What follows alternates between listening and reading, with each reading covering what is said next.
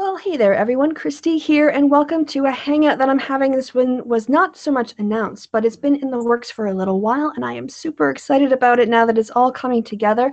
We're going to see how this goes in terms of a discussion about Jordan Peterson. We have some videos queued up that we might use and some conversations that we want to have. So the first thing I'd like to do is introduce my guest, Malika. Thank you for coming on and having a conversation with me, because Jordan Peterson is somebody about whom I've heard a lot about, but I haven't had a lot of time to delve deep into his comments and things about him. So I'm looking forward to the opportunity to do this. And I know you have some questions about things like postmodernism. So the goal here is to exchange information and have an interesting chat. So thank you so much for coming on to my channel and having this conversation. Yeah, thanks for having me. I really appreciate it.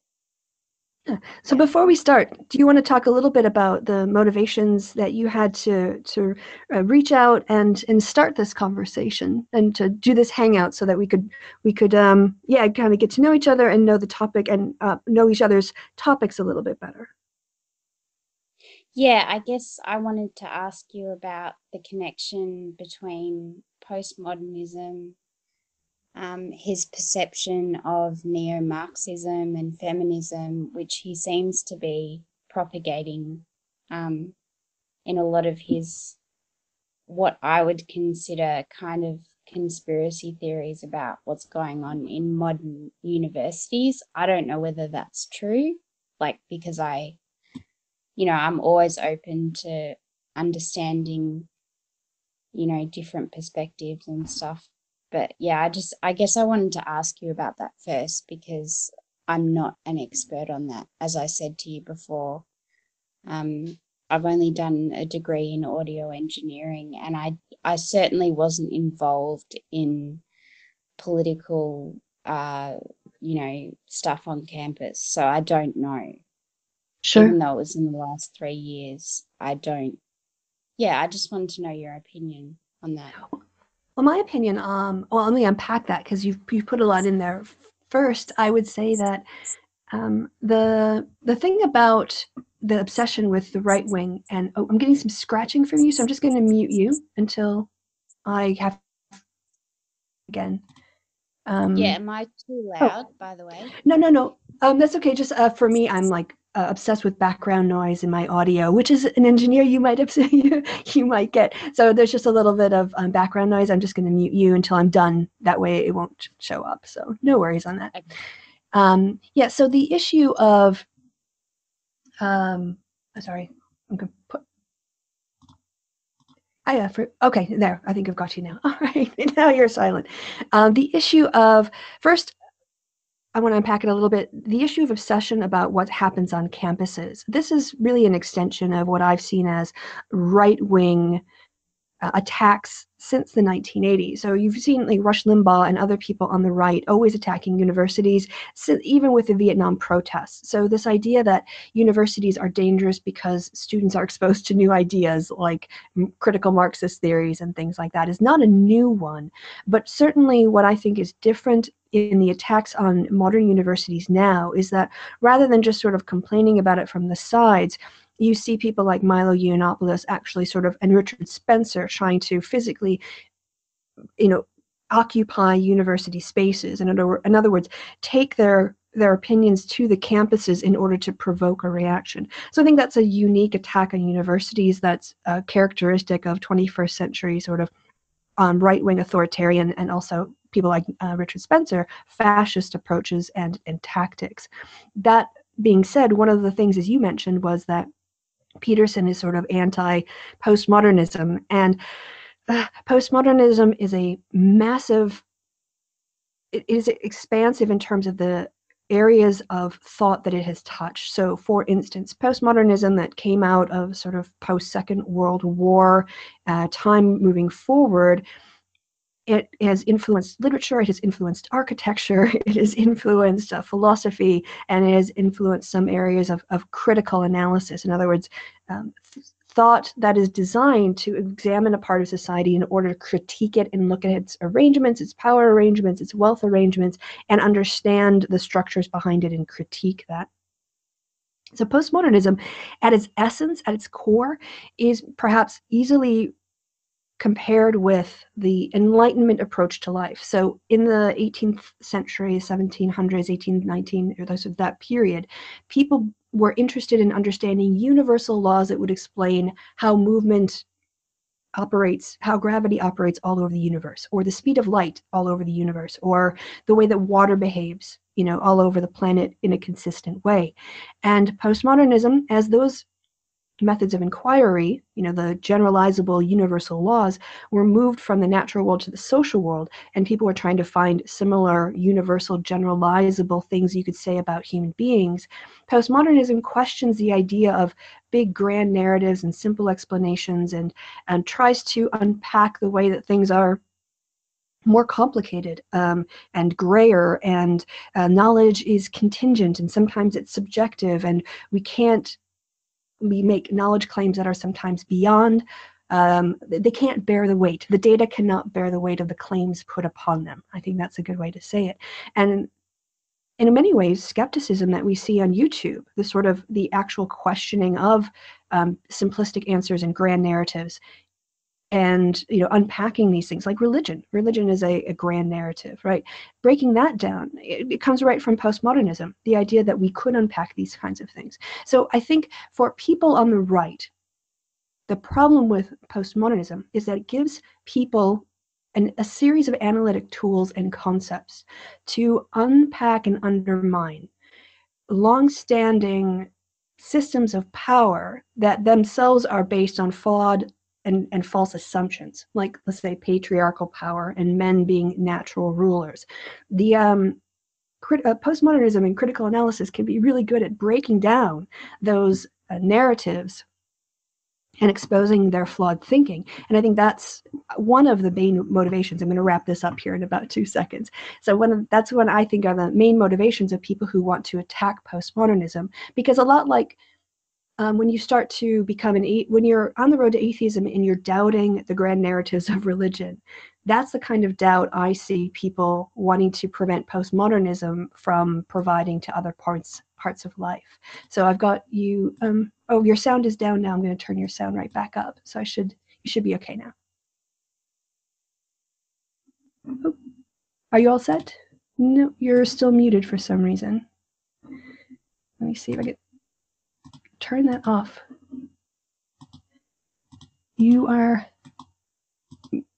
I can't unmute you. Can you unmute yourself? We'll have to edit this bit out. Is that better? There you go. Gotcha. Yeah, you're back. Sorry. Yeah, I agree. I mean, I'm not going to pretend that I know a lot about postmodernism, but I did notice that there was a little bit of a conspiracy theory going on between this idea that all these university professors and students have this whole thing going on where they have this ulterior motive to take over the world or something. It was really sort of exaggerated from what I can tell. So I guess I wanted to ask you about the connection between that and what he perceives to be neo-Marxism or feminism, because I think that feminism is, a lot of this has to do with semantics as well, like the way people perceive certain terminology and how it plays out in practice and all of that. Like you could go on and on about how something works in theory but not in practice, and the other way around. So that was the main concern I had. And also because I can't claim to have experience in a situation where there's this supposed sort of censorship on college campuses and all that stuff. I can only ask people and say, what's going on here? Is it true? How exaggerated is it? I don't know. I don't know myself, so I guess I'm asking you. And to be fair, I've asked people from all sides of politics as well. I haven't just like asked one person. So Sure. yeah. Oh, I'm getting my echo again, so I'm gonna mute you. Just on that, I will answer very quickly. So the campuses that people talk about, they seem to talk about the same campuses over and over and over, like Berkeley, Berkeley, Berkeley, Berkeley, Berkeley, Berkeley, Berkeley. The fact is that there are literally hundreds, if not thousands, or over 1,000 two-year, four-year private, public, religious campuses in the United States. And the idea that this is a widespread problem, if it was a widespread problem, they would be able to list more than one campus, or more than two campuses. And in terms of the UK, that's where my teaching experience was. And my teaching, I stopped to take on a different position in 2011. But at the graduate school level, we're more interested. I was as someone who was teaching research methods, I wanted to make sure my students understand how to correctly describe, the concept of a sample that is, for instance, representative of the population, and how that relates to our ability to calculate a margin of error in a poll, or how to correctly interpret the level of statistical significance and the direction and strength of a coefficient when explaining its ability to contribute understanding to variation based on the overall model's explanatory power. So at least from the academic side, I'm interested in my students mastering their content. What happens on the student activism side? Well, there were protests against the conservative cuts, and there were other protests that were going on. But even in the UK, there is, I think they tend to take isolated examples and then make wild generalizations that just aren't. So again, the claims aren't borne by the weight of the evidence they have to present it. So. Yeah, that makes complete sense. Like, I understand what you're saying.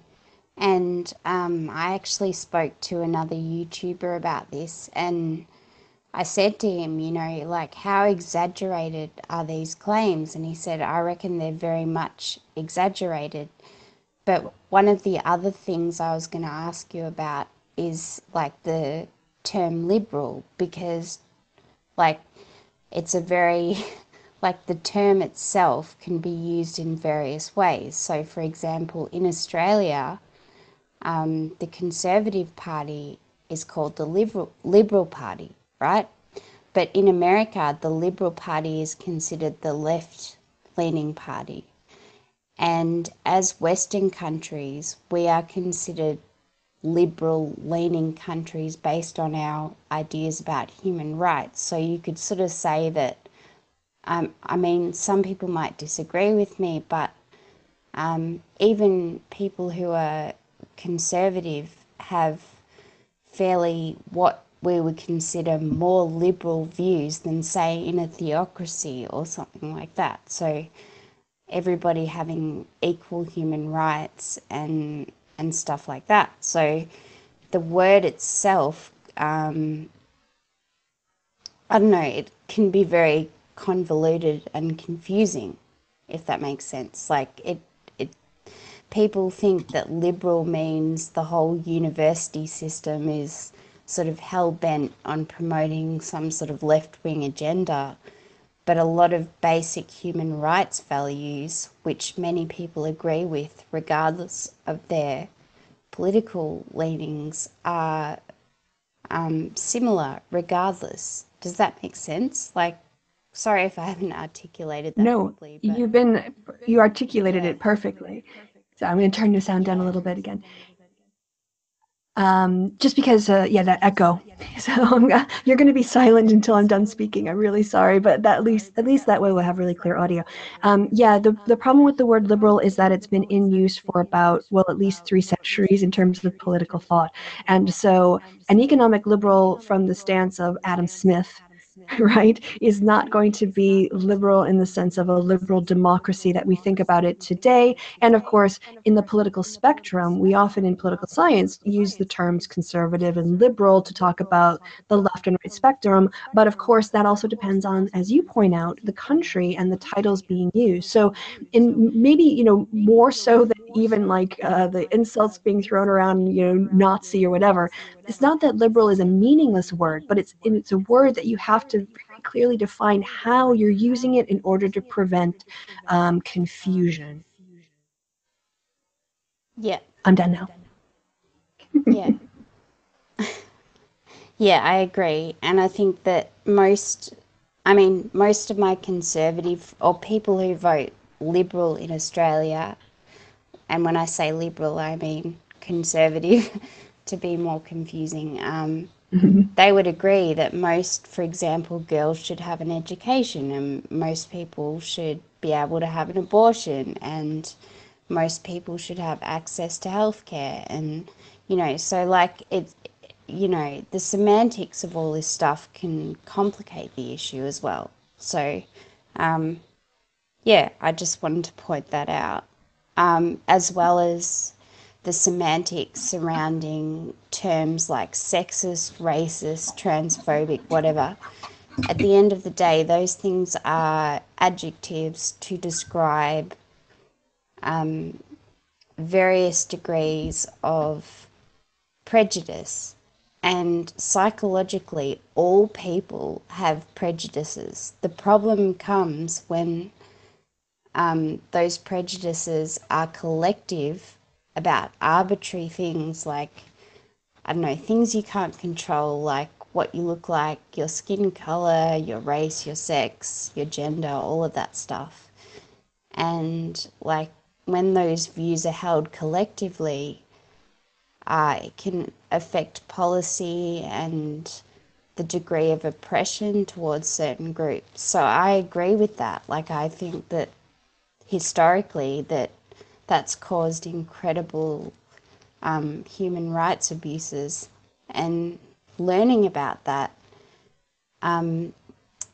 like unless you're saying I hate white men or something, like if someone said that to me, I'd be really angry. I'd be like, no, don't say that. But it's really important to understand power structures and how they work, just if anything for interest's sake, to try and make society a better place. Like that's how I perceive it, at least. I think you're dead on. Yeah, sorry, if I could intervene there. Yeah, in terms of the power structure issue, I think this is precisely the problem that postmodernism provides to, or this is the reason why it's critiqued, is because postmodernism actually, again, provides the analytical and critical tools to unpack those power structures, question them, delegitimize them. And that is, for people who benefit from those power structures, incredibly threatening. I think this is why feminism and Marxism come in for so much critique. Why? Because feminism is attacking what people like, oh my gosh, who was the guy? I can't remember, but he was on this creationist cat video about the ContraPoints and Blair White. It wasn't Blair White. Who else is that? Lauren Southern, another hangout. Anyway, he said that he wanted society to go back to its natural order. And by that, he meant women being in the kitchens and in the houses and men being out working. And this idea that we are, I guess, this isn't probably how he would say it, but the fundamental assumption there is that the pack structures we had when we were as closest as we could be to animals is the proper order for thinking conscious beings with intellect and potential.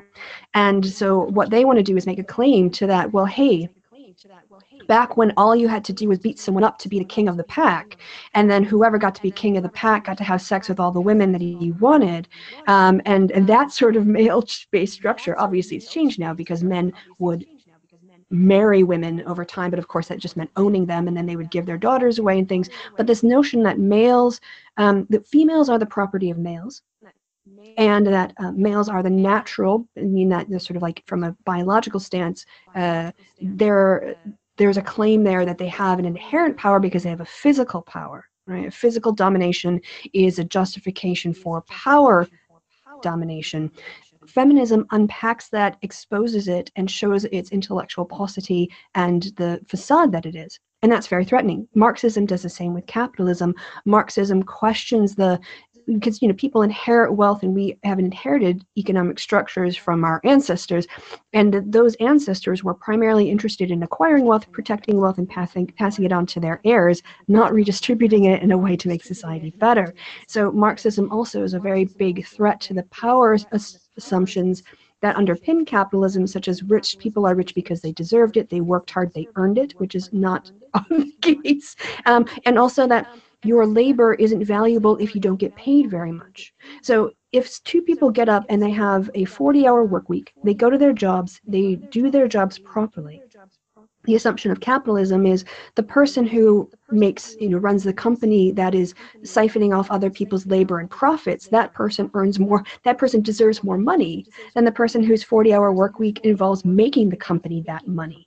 And so this is why I think postmodernism and its attacks on sort of these assumptions and structures and inherent, almost let's say essential features of human societies, and I'm wrapping up here shortly, I'll turn your mic back up, but this is why they find it so threatening. Yep. And the other day I saw a very disturbing graph in terms of the US GDP between the 50s and now, and the 1% having incredible, the disparity is so much. And again, I think sometimes identity politics are sort of veiling the underlying economic stresses, and people are sort of, you might disagree with me here, but when I saw that graph, I was like, wow, there need to be regulations on corporations, and it's just so intense when I saw that graph between now and then. I'm not saying that I don't care about social issues. They're very critical to me, like in your everyday life, something I'm really passionate about. But when I saw the economic disparity, I was thinking, this is insane. I can see why there's a lot of tension between people, because there's barely any sort of difference between the lower class and the middle class in America at the moment. I'm just talking about America. But what comes from America tends to go to other Western countries like Australia, including the foreign policy and other issues that come back here. So I think there are two parts to this. And there's sort of internet culture and this incredible sort of rise of hatred online, as well as legitimately terrifying economic disparities that are going on, which I'm sure you would know about. Yeah, so on the issue of economics, I'm going to turn you down again, sorry. Yeah, so I think that I'll try to be brief again and just wrap this up in a single thought. That way, in case you want to speak, I don't go on and on and on. But I have a lot of sympathies with Marxist critiques. I personally would regard myself as a social democrat in the sort of Scandinavian model, in which I think I don't have a problem with the fundamental structure of capitalism itself. I think the problem is the redistribution of the wealth and also regulation. So I'm in favor of a highly regulated, highly redistributed capitalist system that allows for some capital investment and the idea of workers, but then also things like living wages and social benefits and stuff. So the profits that are made can be redistributed in a way that everyone benefits from them.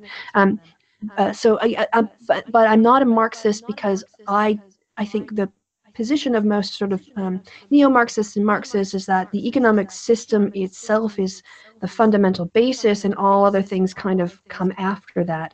And I see economics, while important, as not being the primary way to solve all of our problems. I think we need political and institutional revision and reform and regulation of the economy being secondary to the way we structure our societies. So in that, I know that I probably disagree with a lot of my Marxist friends, and in Wides I end up this sort of, talking about the problem with the word liberal again. Liberal feminist that takes on third wave critiques. And so I'm more interested in political institutions and laws and the legal system, as well as society and culture, and economics as a sort of subsidiary interest, where we have things like wage discrimination and workplace environments and sexual harassment. But yeah, my main critique has never been the Marxist system, or the economic system, I should say. Yeah, I I've watched many of your podcasts and I really agree with a lot of what you say. So um, I'm just learning. Echo I'm not chamber. an expert. um, but yeah, I haven't even spoken about Jordan Peterson, which is what Yes, let's get on started with this that. whole thing up. I was just going to read out some of, like, because I went to the APA and I was reading about ethics because I know a lot about psychology. Just let me know if I'm speaking too loud, by the way. Um, No, you're fine. but I can yeah, one moderate of your sound, so you're all good. okay. So one of the things that is really important when you're a psychologist or a psychiatrist, based on people that I know who have spoken to me about this, is that they have ethical responsibilities. Um, and so I was just going to read out some of the stuff really quickly. So, if psychologists' ethical responsibilities conflict with law, regulations, or other governing legal authority, psychologists clarify the nature of the conflict, make known their commitment to the ethics code, and take reasonable steps to resolve the conflict, consistent with general principles and ethical standards of the ethics code. Under no circumstances may this standard be used to justify or defend violating human rights. So that's one part of the code. And then also, if the demands of an organisation with which psychologists are affiliated or with whom they are working are in conflict with the ethics code, psychologists clarify the nature of the conflict, make known their commitment to the ethics code, and take reasonable steps to resolve the conflict consistent with general general principles and ethical standards of the ethics code. Under no circumstances may this standard be used to justify or defend violating human rights. So, sorry to read all that boring stuff out, but I'm saying, I guess my issue with Jordan Peterson is that he is sort of flirting with violating those ethics, given the knowledge and the ethics regarding trans people. And I'm not a trans person, so I don't understand that experience, but I know that the way he's behaving is verging on unethical at the very least. So I guess that's why I contacted you, because I was thinking, why is no one saying anything about this? And I was concerned about it. Yeah.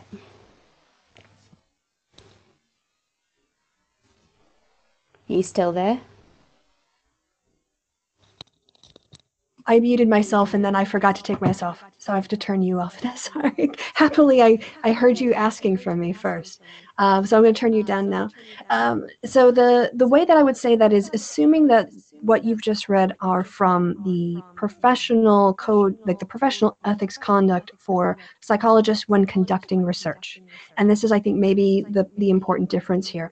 When academics, or well, when anyone associated with a research in a university setting. I don't know how the private sector works, but in a university setting that's a public institution that has their records, for instance, a Freedom of Information Act or other public documents for in the interest of the public good, those ethics requirements usually deal with research that you're conducting. So when I do my field research in the UK, I have to adhere to UK privacy laws in terms of how I store my data, how I refer to people, what information I publish.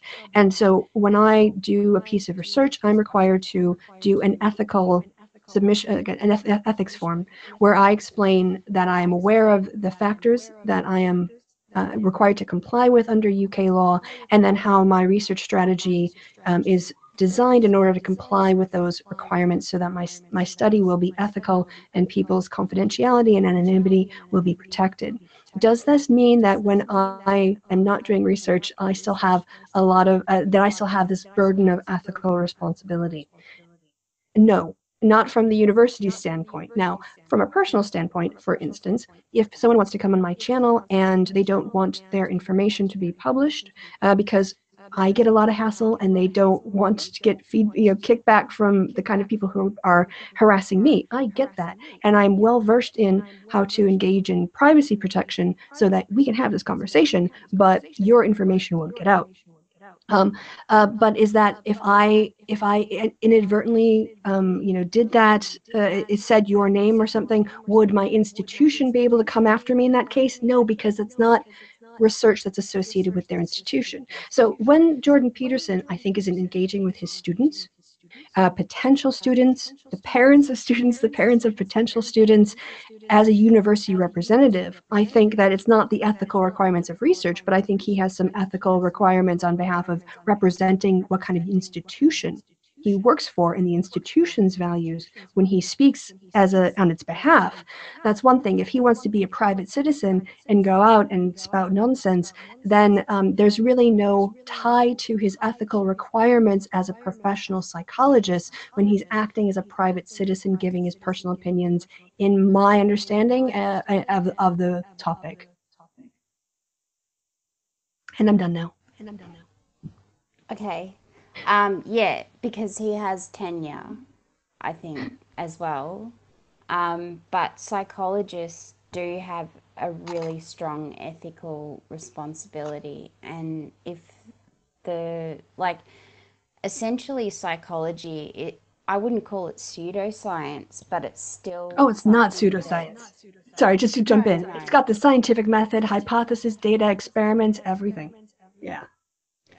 Yeah, but I'm saying we're still learning. And so when someone says, I know what's best for you, that's incredibly arrogant.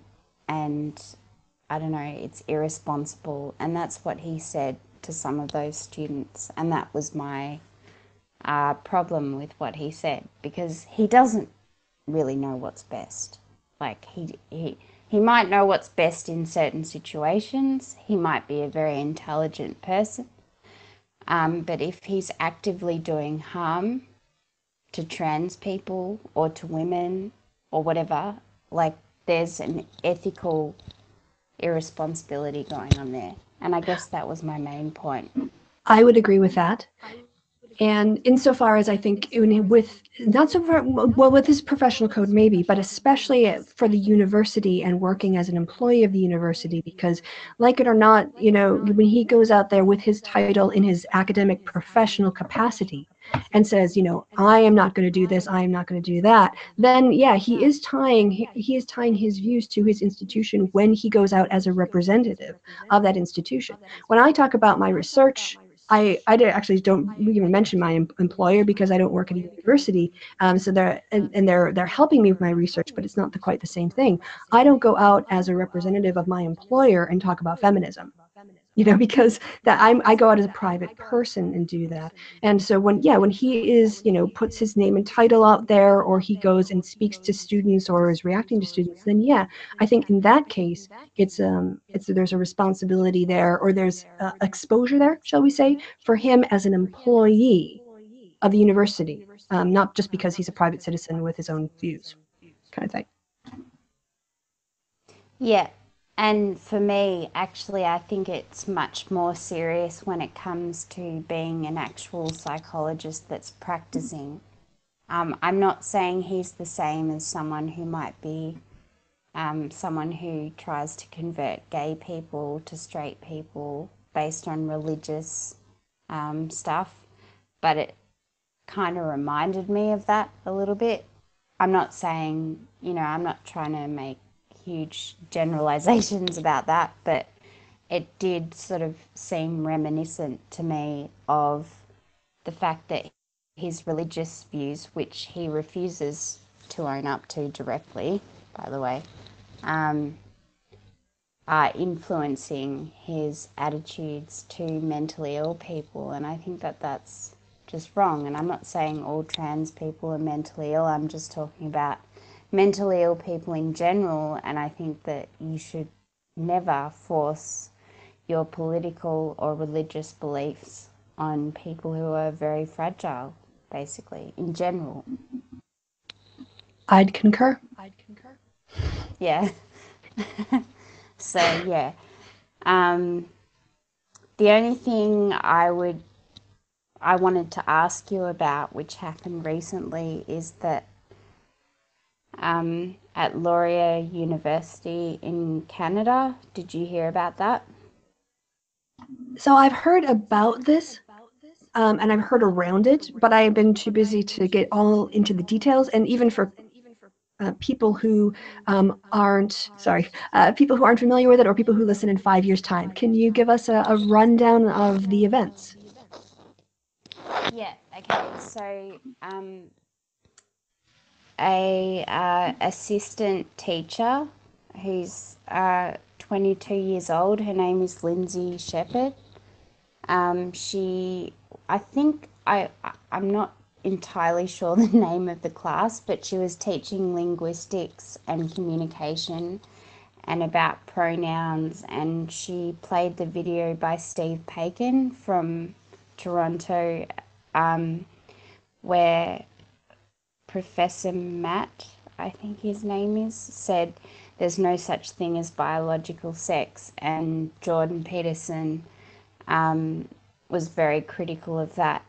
And she got she wasn't like attacked, but the professors and the president gave her, like, based on the recording that she made of what they were saying to her, gave her a hard time based on complaints that had been made against her that she at the time didn't realize would happen.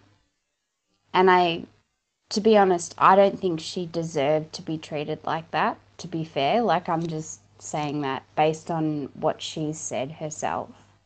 And so I was interested to know whether you think that sometimes this very hyper protective environment can sometimes hurt people who are actually aliases to causes that we care about, I guess. So, Yeah, so my take on that is that there is a sustained right-wing campaign against universities, and we've seen it both in terms of like Milo going onto campuses, trying to provide or promote confrontation and conflict. When he outed the trans students, for instance, at Milwaukee, he doxed her. I believe it was a trans woman. I'm sorry if I have that incorrect, but that's my memory of the events. And so if you look at the way that they're trying to discredit universities. There's actually a poll here that I wanted to cite from its Pew Research, and it's taken from the United States. And it says the share of Republicans who say colleges and universities have a positive effect on the way things are going in the U.S. And in 2010, between 55 and 60%, looks about 58% of Republicans thought that colleges and universities had a positive effect on the way things are going. And in 2017, that number is down to just about 36, 37%. So this ideological sustained attack on institutions that teach people critical thought is a huge part of the right-wing agenda, because they know that education and critical thought are dangerous to their grand narratives. And the way that they do that is to try to pressure people through public, especially as universities are hypersensitive to criticism because they want to attract students. And so the ability for them to, create a scenario where they get a lot of public attention, it empowers them a lot in their narrative. And because they cherry pick these things, they can take one incident and then try to generalize it to campuses all over North America and in English-speaking worlds, for instance. And so I think this is her treatment was unfair, but the unfairness was kind of also part of the reaction to what was discussed, and it became like a media issue, not an academic issue. And that's where I think the problem is. yeah, and it's a bit like when Jordan Peterson went on and on about Bill C-16. I guess you could ask the question that had he not made a huge fuss over it, a whole lot of hate crimes wouldn't have been committed. And I was going to say, I have two friends who are trans, and they have completely polarized views about him. Like, so I was thinking,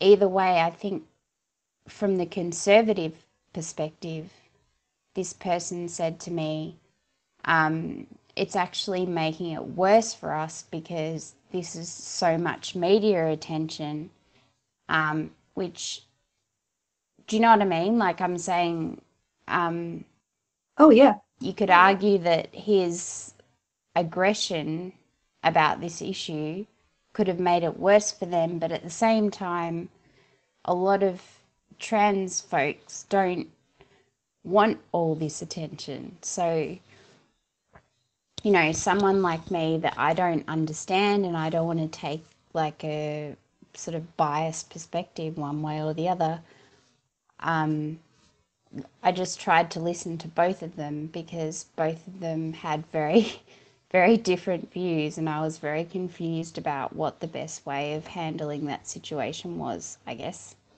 You know. Yeah, listen empathetically, I think. You know, I mean, sometimes that's, as you know, that's the best you can do. Yeah. But yeah, I guess I've asked you pretty much everything I wanted to ask you. Yeah. I mean, I basically wrote a list of topics and I just thought I'd ask you about them, basically. So, Yeah, we also have the videos that are ready to go, so we can also do that, where I can, you know, pull up a video and we can show a segment, for instance, and then discuss it if you'd like.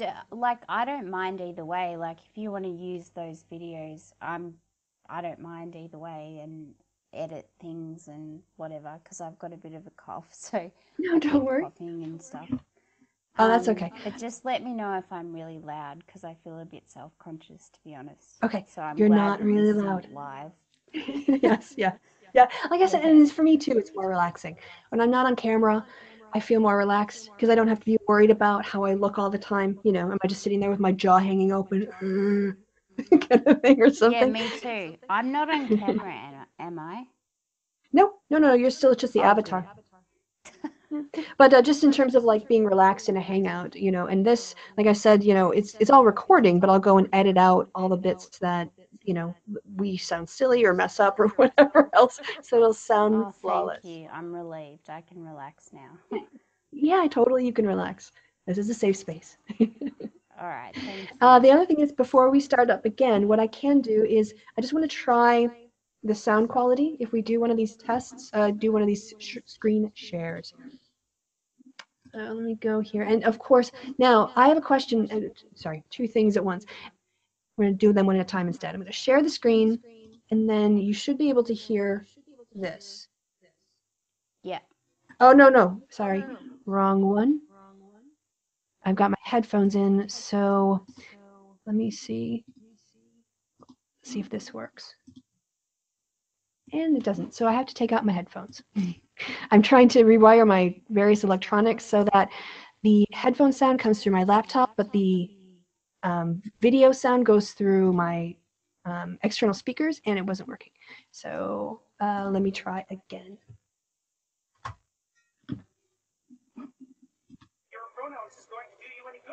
No, that didn't work either. Okay, it looks like I'm gonna have to move the speakers over this way. I could hear it. Yeah, you can't hear that because it's coming out of the wrong. Let me try, maybe try swapping the source of the audio now and see if that works. No, for some reason, it's not coming out of there.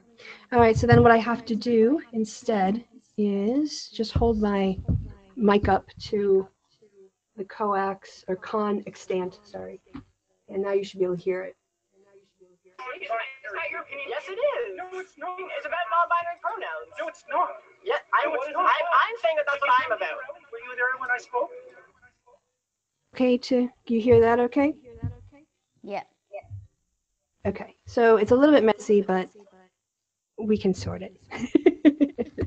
Yeah, it's fine. Half-ass it.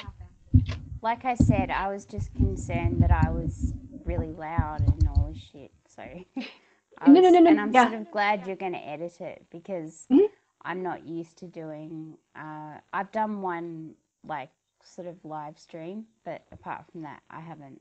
So I'm a very good person to do your first live stream with because I'm very gentle and I create. Yeah, like I've had enough experience with these now that I don't want to put people who aren't used to being live into that situation right away. we can make any mistakes get edited out. There are a number of times like people have doxed. One of Bering's fans doxed him in a hangout, and I went back and changed the audio so he didn't dox him. All kinds of stuff. So no worries. Thank you. I appreciate that. So should we pick it because- up? Oh, no, go ahead. Yeah, I was going to say, I did speak to Destiny, as I said before, and I was stupid enough to actually send a Twitter thing to him so people found me. And nothing bad happened because he's a really nice guy, but it could have been bad. So that's why I'm being careful. That's all. Yeah, no. It's not you that I don't trust, it's other people. So I get it. Believe me, I've dealt with these people. I get it. And I've got friends who very jealously guard their anonymity. And I understand why. And that's why, like I said, I try not to memorize somebody's name until I learn their alias. And then I only refer to them by their alias so I don't slip. You know? thank you. Yeah, I know you're a really nice person. That's why I'm not seeking compliments. I'm trying to make you feel better and confirm, that your fears are completely reasonable. I understand them. I hear you, and they're completely valid. So don't doubt yourself and don't apologize. You have to make your New Year's resolution to say sorry less often. I agree. Yeah. All right. Well, should we pick it back up then? then? Just keep going through. Yeah. Can you hear me? Yeah. All right. Yep. Do you want me to just keep going through the sort of? Yep. Yeah. Okay. So, the other thing I wanted to ask you about was atheism. So a lot of atheists now are sort of becoming patriarchal, which is kind of bizarre because part of the reason people turned away from Abrahamic religions is because they didn't like that sort of, that power structure going on and exploiting people based on institutionalized religion. And it's sort of ironic that the atheism movement has become a little bit divided. So I was going to ask you about that as well. Yeah, so I think that's a fascinating observation. What I would say about that is that to build on your point, that atheism started as a critique of sort of the superstitious. So if we think about who was critiquing religion on the forefront of the new atheist movement at the start of the 21st century, it was Dawkins, it was Hitchens, it was Dennett, it was Harris, and it was white men who had power and influence and status, and their critique of religion was a little bit bound up in power, but it was mostly bound up in ideology. What was knowledge, how knowledge was acquired, and how that knowledge was treated was primarily their critique. And for many of us, myself included, I tended to bring a feminist critique to my atheism because in part I am an atheist because of how religion treated me as a woman and how it taught me to think about other women. But the idea, I think it's mistaken to think that people like Dawkins and Harris and Hitchens, and I don't really know, Dennett is sort of thrown in there just to make it I think, more than the fact that he was really on the vanguard and has led this movement as much as, say a Harris or a Dawkins, is that they weren't interested in breaking down power inequities because of religion. Now, sometimes they would critique it, like in Islam and in Christianity, but that wasn't their main fight.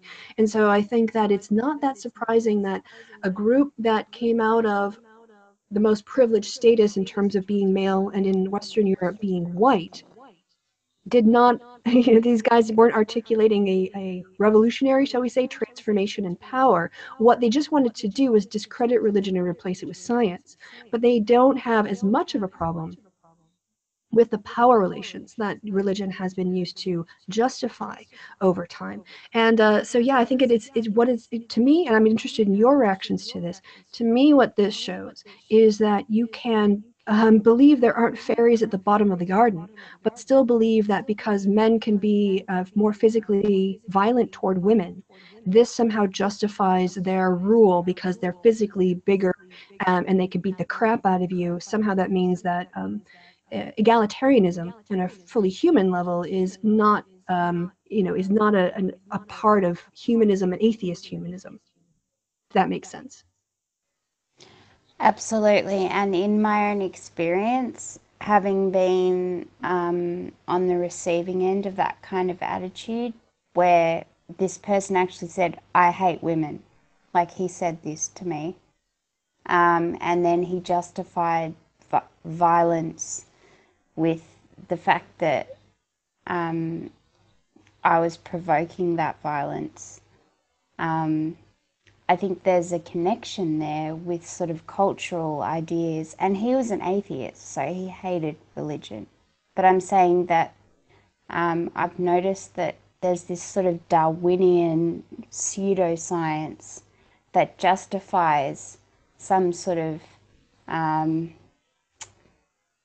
like a sort of hierarchy of intelligence, which I was going to ask you about, which is a fairly controversial topic, which is that there are certain people based on basically on that book called The Bell Curve, which has been debunked many times, but a lot of people actually believe this stuff, that there are certain people who are genetically superior, and it's not actually scientifically valid, but people actually believe this stuff. So I was going to ask you about that as well. Yeah, so my take on that is that intelligence as a concept itself is incredibly complicated, right? So we talk about IQ tests as if we know what intelligence is, but the fact is part of the reason why intelligence tests are so controversial and so debated and so studied and reworked and analyzed and tested and retested and reformulated and retried in different settings is because intelligence is a collection of mental attributes, and lots of mental attributes could defensively be argued to be a part of your intelligence, right? And so how do you create a scale that you can apply to all people, not only applying the instrument in the same way, right? Because an important part of experimentation is that everyone gets the same stimulus.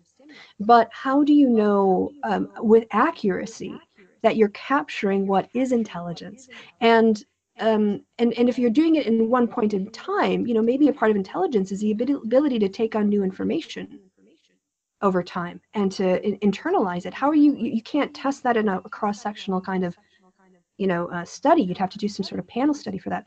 So intelligence as a concept was developed by predominantly white men who were dealing with European culture, and they were framing intelligence in terms of their understanding and their experience of the concept. And what we know, one of the things that I've definitely taken away from doing studies of psychology, or not doing studies of psychology, reading psychological studies that have been put out about sex and gender identity in the United States in the last 40 or 50 years, is that you can't make wide generalizations based off of white middle class undergraduate college students, right? Exactly. And a lot of studies in psychology, because they're all broke and they need to do experiments and they have no money, they end up using these white middle class undergraduate students for their studies. In a similar way, that concept of intelligence and where those studies are borne out, even if they're applied to the wider population, there are cultural issues, there are concept issues, there are measurement issues that I think make intelligence a very, which we should not speak in terms of, as you put it, the discredited bell curve in terms of precisely known facts, but more like, well, we've got this study here with a measure of intelligence, and it kind of measures it. And that's how I take a lot of things in politics, that they're not super precise. They're better than nothing. But the idea that we can easily, and with a few questions, summarize somebody, even 100 questions, summarize somebody's essence of intelligence of who they are, it in itself seems to me worthy of question. And I'll stop there. Yeah, exactly. And also, like, if I went into the bush right now, I wouldn't have a clue about how to deal with, like, like, intelligence is a fairly ambiguous word. Like, it could mean anything.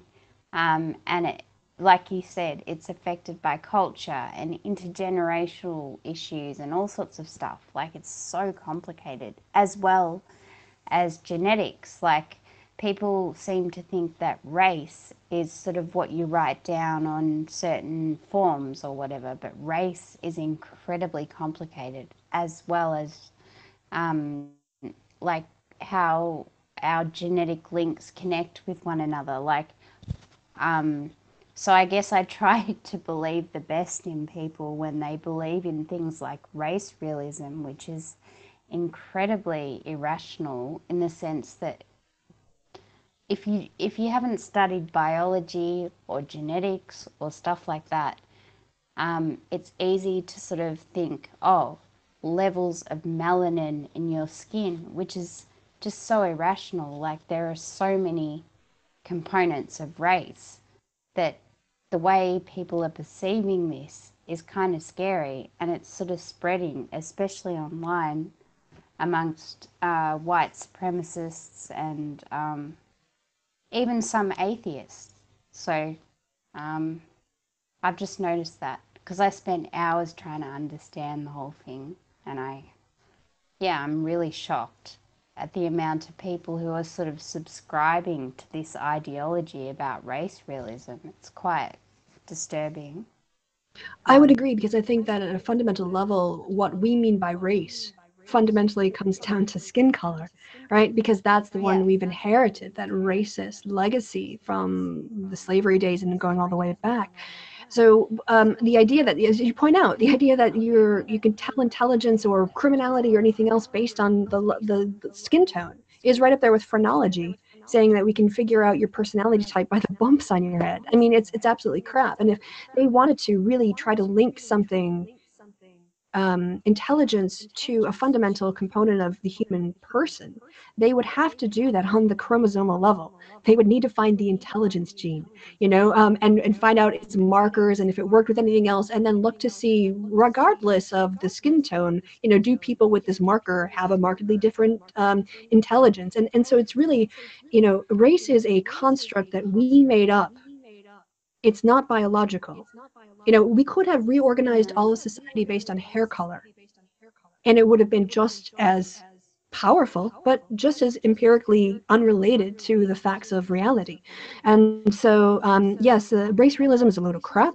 I've also seen for instance, there was a wave of fashion a few years ago in political science trying to link political attitudes to certain chromosomes. So they were doing twin studies, looking at fraternal twins and identical twins, twins that had grown up in the same household, twins that grew up in separate households, and they were trying to see whether or not there were independent influences from people's genetics, regardless of their home life, their fraternal being identical, whatever else. And there's a super, super, super, super, super small effect.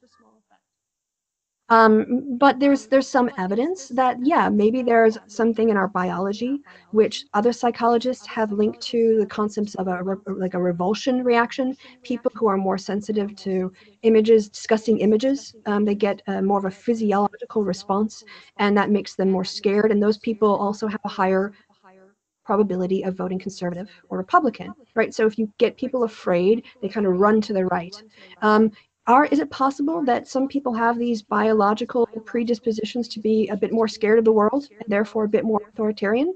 I could buy that, because I've seen the links between the twin studies and the attitudinal studies and the behavior.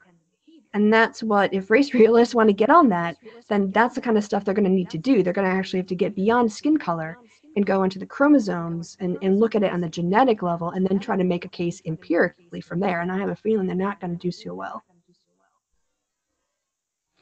Yeah, well, actually, Jordan Peterson said that. He's done studies about the authoritarian left, the authoritarian right, certain parts of political beliefs that are based on disgust. He actually used that word himself.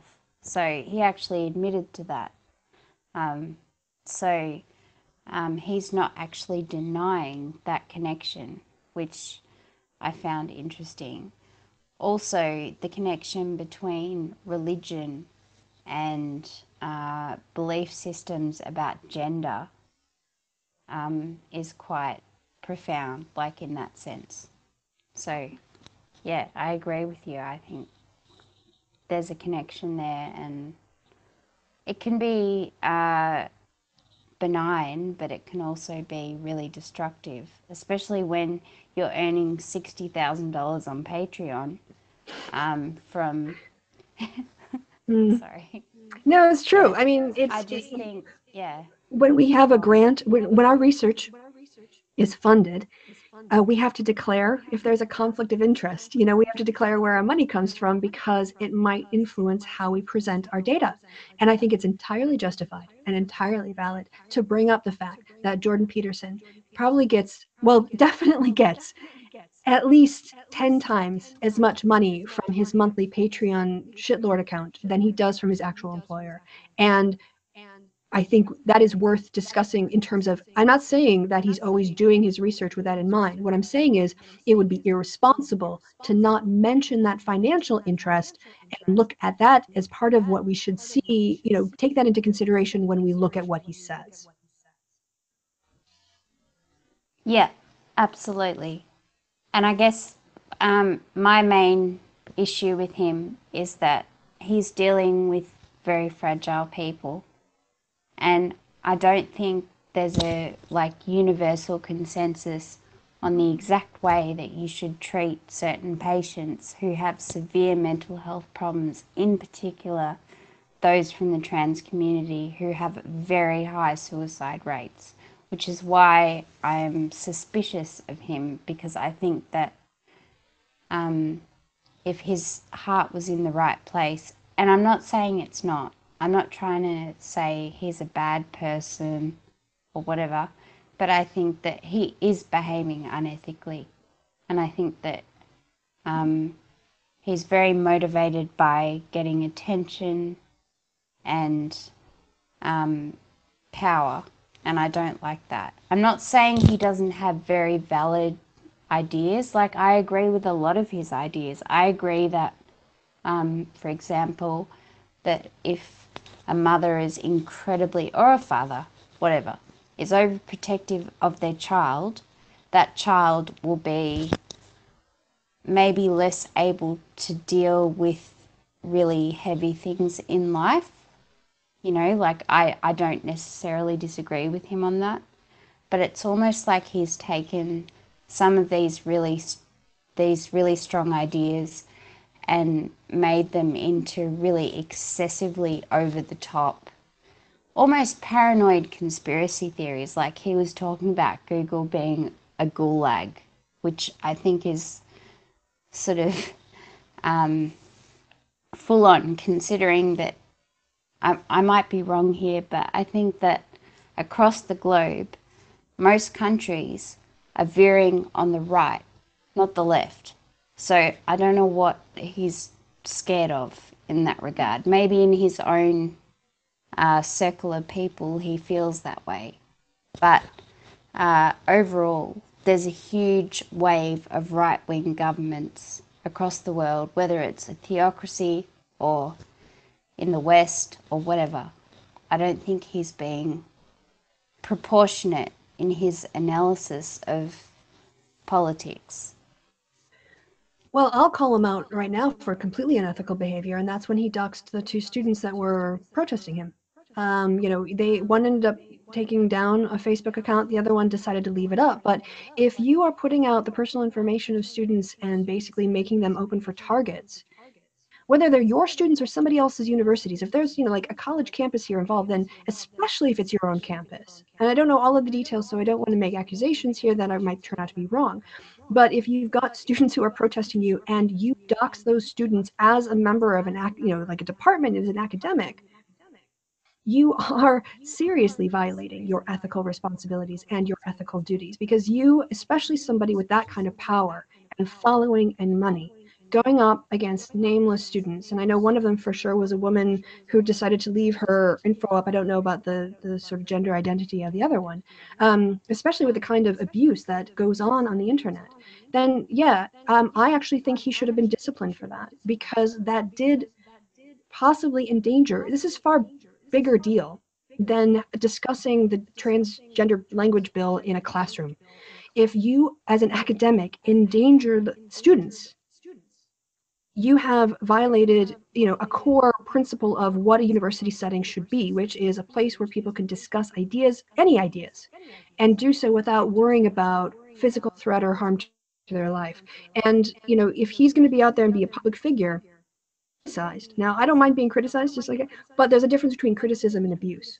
And when he doxed the students, he opened them up for abuse. And I won't hesitate to say that that was, I think, the biggest ethical violation from him that I've ever seen. Yep, I saw that.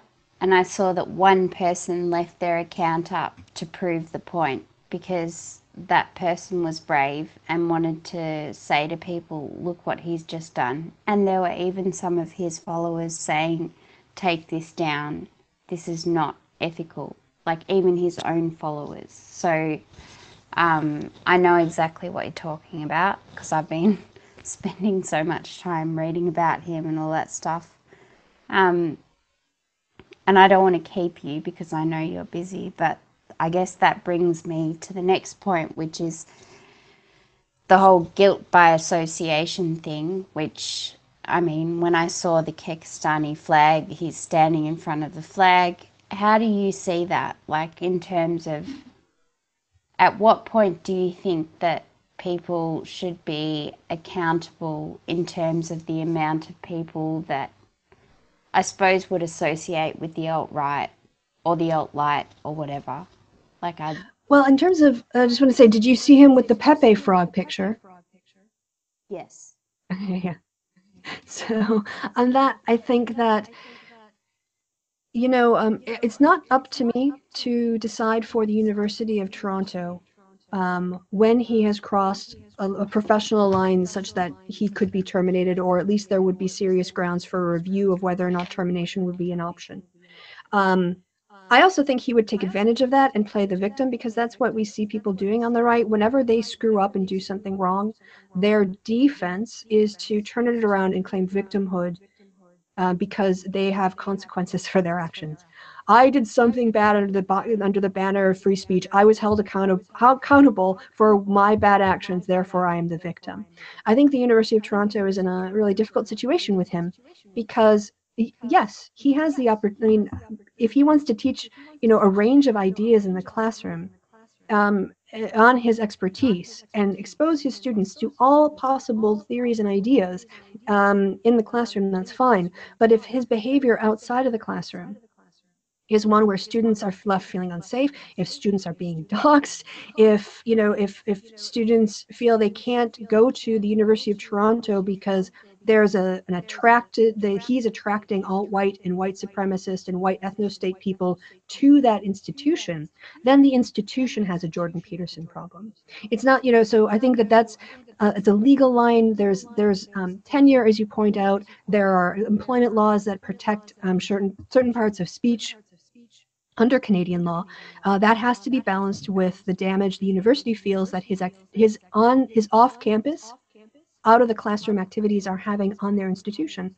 And I think that, I'm not going to call for him to be fired. I'm not in a place to say that he should be fired. What I will say is that it'll be interesting to watch how the University of Toronto handles him as he goes forward, where he's clearly got a bigger financial incentive to play to his supporters than to be a loyal member of the university community. Yeah, and even if, he was fired, I'd be sort of worried about it for the same reason that you just said, in the sense that he will make himself into a martyr.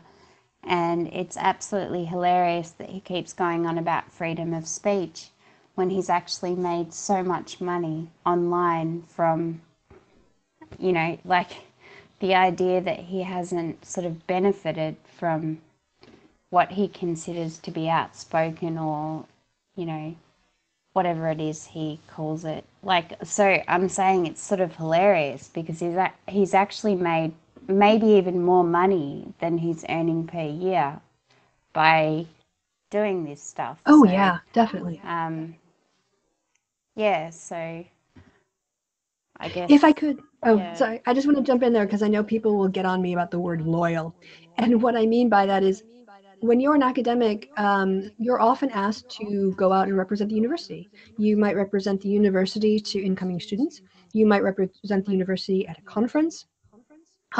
And so you want to try to find great students and bring them on board and do things in order to make your institution, right, a good place for learning, a research excellence center. And so when I say that Jordan Peterson isn't being sort of loyal to his employer, he's not doing things that are enhancing the reputation of the university. In fact, he's doing the opposite. And he's doing it to promote himself rather than the research community. So because people will probably take me out of context and misquote me, I wanted to put on the record that I don't think that academics should swear a loyalty oath to their universities. What I'm saying is that when you're in a university, you become part of the institution and you become a representative for the institution, because the idea there is if the university does well, then academics will do well, students will do well, you're all in it together. And Jordan Peterson isn't in it with everybody else. He seems to be in it only for himself. Yeah, that's my impression as well. However, so that I'm trying to be fair here, I think that there's a huge problem with young men, based on what I've seen online, and I think they feel really lost. And I think that their concerns are legitimate, but the problem is that the people who are sort of monopolizing on those concerns, that anger, that distress, depression, nihilism, whatever people want to call it, I think that the people that are monopolizing on it are, so far as I can see, not the best people morally. So someone I would use as an extreme example is Paul Elam from A Voice for Men, who is very hateful towards women. And I think, having lost a male friend to suicide, I think that those issues are very serious and I care about them. But at the same time, it seems to me that the people who are sort of trying to become sort of male role models for these people have, so far as I can see, most of them have really, really sort of archaic attitudes to women. And that's what concerns me. So I'm trying to be fair here. I'm trying to say there's a huge problem, but the hatred, it's almost like they've got the wrong enemy. They've got the wrong enemy. It's like sort of trying to blame women's rights for issues with men. And I just think that's completely irrational. So I concur I entirely. say that as well. Yeah. Sorry? I concur entirely. Yeah, so it's really sad because I think we should all be empathetic to each other. And yeah, I guess that's, Jordan Peterson is a very charismatic, intelligent person, but he's got some really screwed up attitudes to women and trans people and gay people, and it really concerns me. He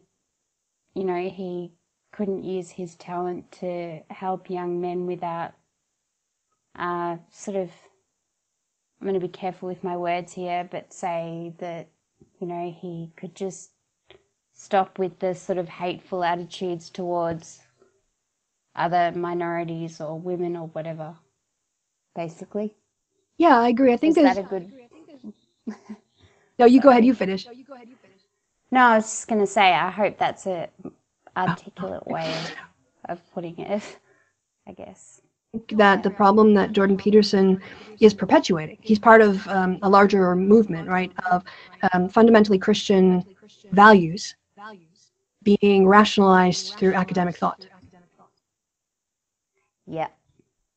And his whole AMA was pretty much, not that I have anything against people who are religious, as long as they don't force that on other people, but his whole MA, or whatever you call it, I'm not good with Reddit, I don't understand it, but I saw his AMA and I was like, wow, this is all just God, God, God, God, God, and he's trying to get people to become Christians and all this stuff. Like, I don't mind that at all, just as long as those people don't discriminate against other people.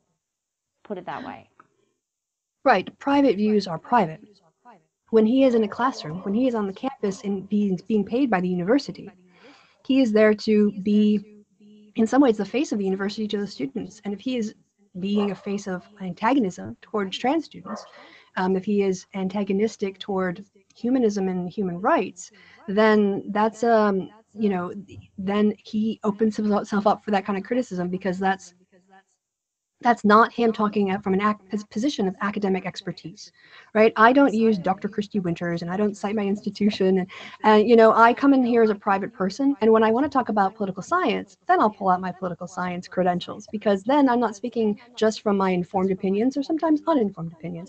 I'm speaking from data, and I'm speaking from a position of analysis and doing analysis. So I have a separation between my politics content and my personal opinion. But there's a lot of conflation with his title and his academic credentials and his opinions, as if his opinions should be given more regard because of his academic credentials. And I think when he is speaking to his topic of expertise, that is fine. When he's speaking about his religious beliefs, then he's not speaking from the university's perspective. He's speaking as a private citizen. And I think that he would do well to be not Professor Peterson, but just, you know, Jordan, outside of when he does these appearances. And then, like I said, it's up to the university to look at his conduct and decide whether or not he's a good face for the university. As you say, there's tenure, there are employment issues, but as an employer, they also have an interest in protecting their brand. And so for the capitalists who want to watch this, you know, you have to balance both of those interests, and the companies or institutions or any group's ability to actually, you know, have their reputation harmed by one of their employees. So that would be another issue, I think, that kind of becomes concerning as he draws more attention based on his academic credentials. Yeah, and I've already said this, I think, but one of the things I know based on my friends, one person who's a family member who is a psychiatrist, and I said to her, I was like, is it true that you're not meant to bring your religious and political views into, like, you know, your patient sort of experience or whatever? And they said, no, you're not, and you're meant to see another psychiatrist or another psychologist in order to make sure that your biases, whatever they are kept in check for the sake and the ethics of those patients.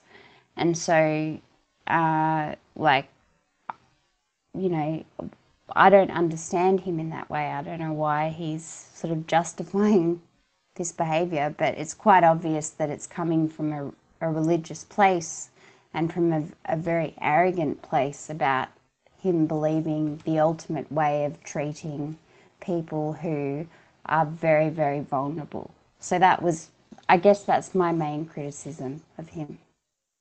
The other thing I would add too is that because a person is an academic doesn't mean that what they say is law. You know, there are disagreements within fields. So when Jordan Peterson says, you know, intelligence tests are the most robust and well, you know, tested tests out, you know, that they've been tested many times.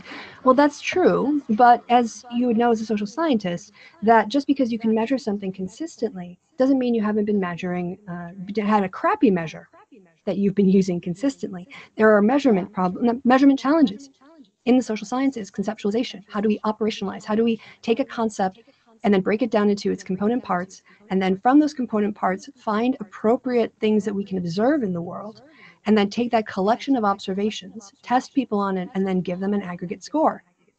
There is possibility for measurement, not just like measurement error as in random sampling error, but just the fact that you might not have, the way you word the question might produce certain answers. You know, for instance, a very common thing is if you have what we call a Likert scale or a Likert scale, it's a 1 to 5 scale from strongly disagree to strongly agree. And if you ask all your questions from strongly agree to strongly disagree, you're going to get people answering that you're getting a tendency for people to agree more than to disagree. If you present disagreement first and agreement at the end, you're going to skew those responses in order to get a slight more disagreement, because people will just they'll hurry up with the questions, and the way that they're formatted, they're presented first with disagreement. So it frames the way that they think about their responses. So oftentimes the way they'll counter this in social science is to ask questions in such a way that if you agree, you have to disagree. So they'll put up a negative statement that you have to agree with in order to have a consistent score throughout the series of questions. And by going back and forth, it ensures that people are reading the questions properly and they're reading their responses more carefully in order to accurately represent their answers. So we know about these problems with measurement. And these fundamental problems with measurement mean that we have to speak not with doubt about all of our measures, but with some understanding that there might be problems and that there could be better measures, and we'll have to review our ideas in the future.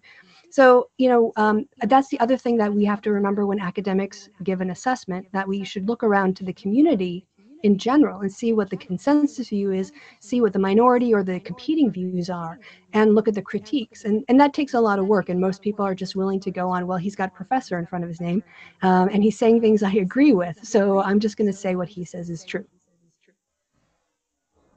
Yeah, I mean, I agree. I mean, it's so complex. I mean, all psychology, sociology, it's so complex, and we're still learning. And I can't stand it when people just make these dogmatic statements that are just, they based on really biased perceptions about things, especially when they bring religion into it. Not that I have anything against religious people, as long as they don't force that on other people, but I'm saying that's very, very wrong. So I completely agree with you, and I guess I just wanted to ask you these questions because I'm certainly no expert, and yeah, I just wanted to ask you some of the hard questions that I find very difficult to get my head around, I guess.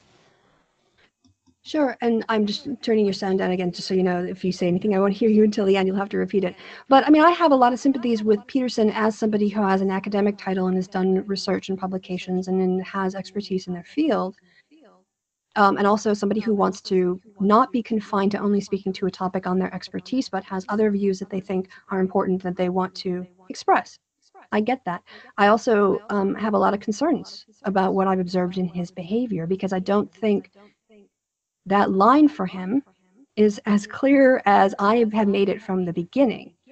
I was very deliberate about when I was putting on my expert hat and when I'm putting on my person with an opinion, or presenting information from the world, and so and especially, I think it's important to disambiguate when Peterson is talking from his field of expertise and the data in his field and the things that he's talking about there, epistemologically, like how is he getting his basis of knowledge and how is he drawing his conclusions, versus, for instance, his views on postmodernism, which don't seem to be derived from a full understanding of the literature and postmodernism, both its strengths and its critiques, and is accurately representing that as a concept that in terms of how it's presented in academia. But instead, that's when his religious beliefs frame not only his understanding of postmodernism, but the kind of language he chooses to associate it, such as associating with cultural Marxism and things like that. Or when he doxes a student, and the power dynamics that go along with somebody in his position of power providing that kind of information to his audience versus the very smaller amount of power that the student has in terms of protesting him. And that concerns me greatly. So there are a lot of things about this case, again, not being deeply familiar. I haven't watched hours and hours and hours of Peterson, but I have watched media coverage of him, and I have watched people's responses to some of his things, and I have watched, like I said, coverage of him. And these are red flags that are raised for me, while also understanding kind of the perspective, not the perspective, but the position of wearing two hats that he is coming from, that I have in common with him. So. Thanks, Kristi. I mean, that's exactly why I contacted you, because I knew that you would understand a lot of the dynamics going on, especially at universities. And I mean, I could talk to you all night, but we should do this again in the future, because we had all these video clips lined up and we never actually had a chance to go through them. So maybe, since this is such a lovely conversation, next time we can take some of those clips that you sent me and highlighted, and we can play them and discuss them a little bit. Yeah, that would be great. And thank you so much for taking the time to talk to me. I really appreciate it. Yeah, no problem. This was a fantastic conversation and very interesting to have. And yeah, I think it was a win all the way around. So then I guess all that leads, try that again.